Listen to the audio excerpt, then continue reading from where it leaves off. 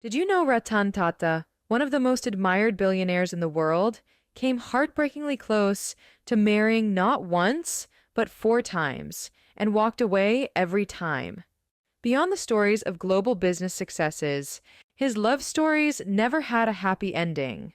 From a love that failed due to an international rivalry to relationships that faded away, this narrative of Tata gives a different side of him that people hardly know. But what made this visionary industrialist choose a life without marriage? And how did those lost loves shape the man behind the empire?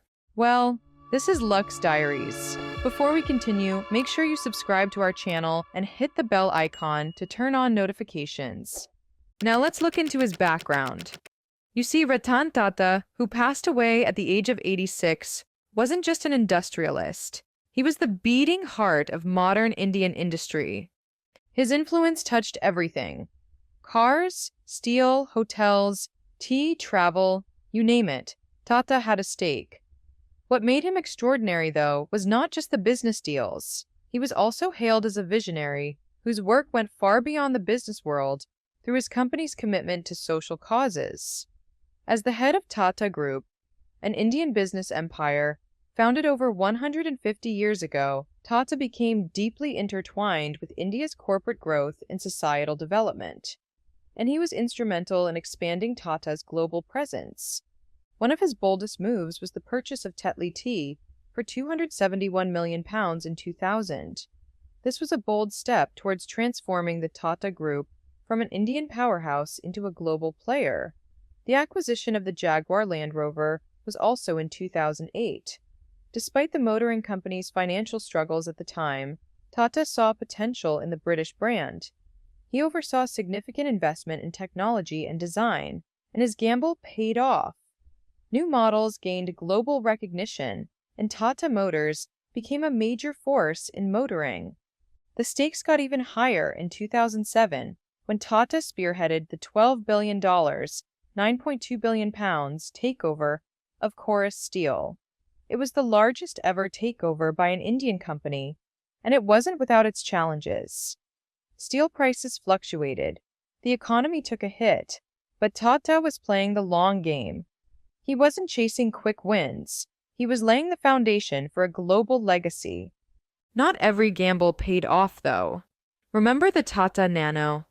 He was heavily involved in the creation of the Tata Nano in 2008, which was supposed to be a car that was an affordable and safer alternative to two-wheeled vehicles. Billed as the world's cheapest car, it cost just over $2,000. But the Nano probably deserved better marketing and less hype, and was discontinued in 2019. Yet it remains a symbol of the company's innovative spirit and Ratan Tata's determination to improve the everyday lives of Indians. Now here's where things get even more fascinating. Ratan Tata's net worth was $291 billion, and he was ranked 421 the richest man in the world. Nevertheless, Tata, who could have been considered as one of the richest men of his time, did not let his money glitter.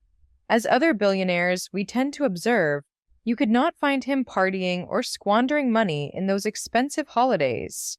To Ratan Tata, wealth was a tool, not a trophy. So there is no doubt about it that Ratan Tata was a great visionary who also engaged in a lot of philanthropic work. However, when it comes to his personal life, he never got married. Does that mean Tata, who was a complete charmer, never fell in love? Absolutely not. So what really happened in his love story that never quite found its happy ending? In a rare and revealing moment, Ratan Tata opened up about his love story. He almost got married not once, but four times. Known for his sharp business mind and philanthropy, Tata shared this candid story during an interview in 2021. But it wasn't the first time he let people in on the secret. In a 2011 interview with CNN, he admitted, "I came seriously close to getting married four times, but every time I backed off, whether out of fear or for some other reason." Each relationship, he explained, was different, but looking back, he felt it might have been for the best. To him, it could have made life more complicated had the marriage happened. One of his most heartfelt stories comes from his time in the US during the early 1960s. In his early days, Ratan Tata was an employee in an architectural corporation in Los Angeles. It was there he met a woman and fell head over heels in love with her. He led a comfortable, pleasant life, and even had thoughts of tying the knot with her. But then, the Indo-Chinese border conflict erupted in 1962. I was very serious about the relationship, he shared. The only reason we didn't get married was that I came back to India. She was supposed to follow me. But then, as he elaborated more, he said that the geopolitical tension at the time made her decide not to come, and she married someone else in the US.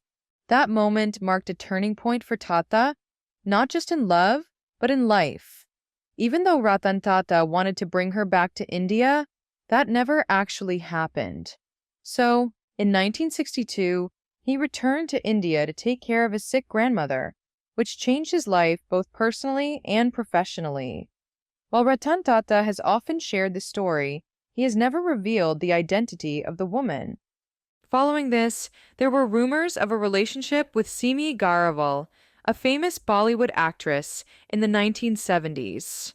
Although their bond was strong, and many hoped it would culminate in marriage, it didn't work out, and Simi eventually married someone else.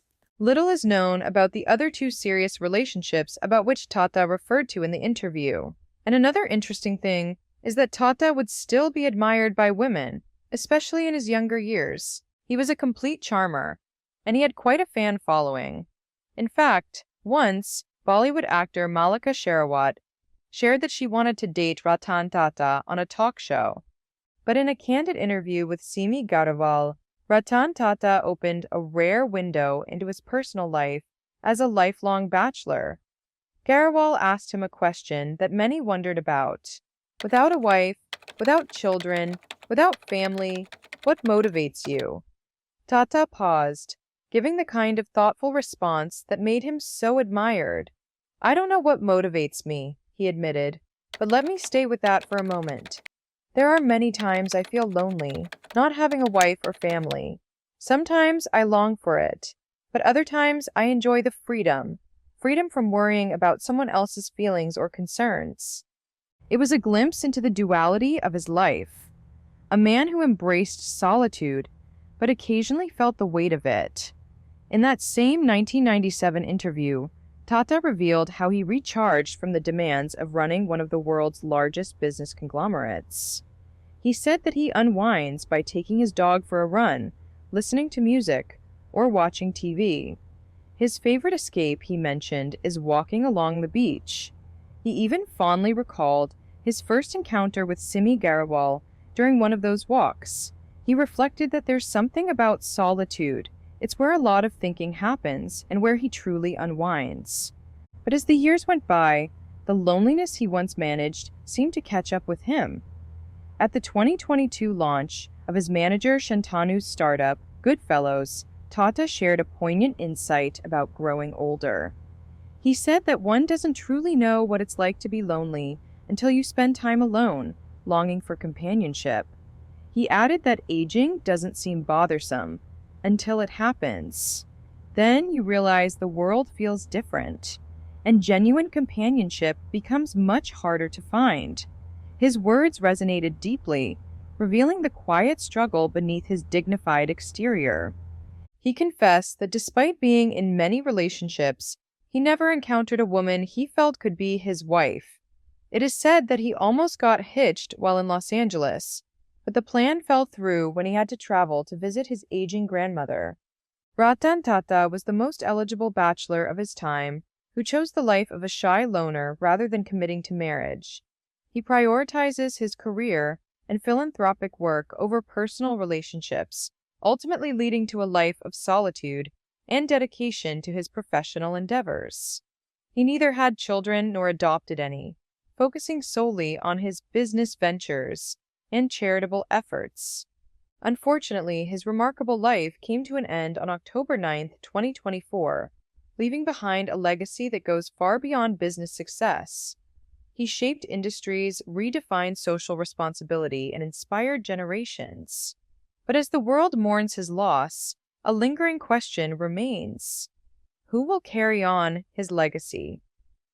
Since Ratan Tata didn't have any children, the responsibility to carry forward his legacy falls on the shoulders of his nephew and nieces, Leah, Maya, and Navil Tata. They are the children of Ratan Tata's half-brother, Noel Tata. Noel Tata is a prominent Indian businessman who is known for his significant roles within the Tata Group and his familial connection to one of India's most influential industrial families. Born in 1957, Noel Naval Tata is the son of Naval Tata and Simone Tata, making him the half-brother of the late Ratan Tata.